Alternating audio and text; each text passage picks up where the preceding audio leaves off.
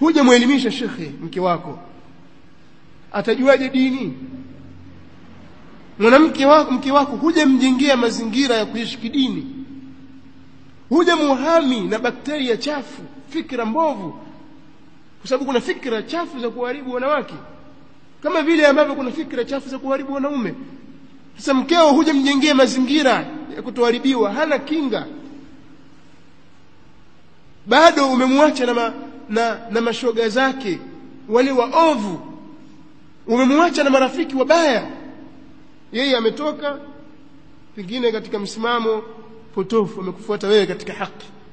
Wewe ukajichagulia marafiki, rafiki yangu fulani fulani fulani, wale waovu wote ukajitenga nao, ukawa marafiki zako wewe ni watu wazuri.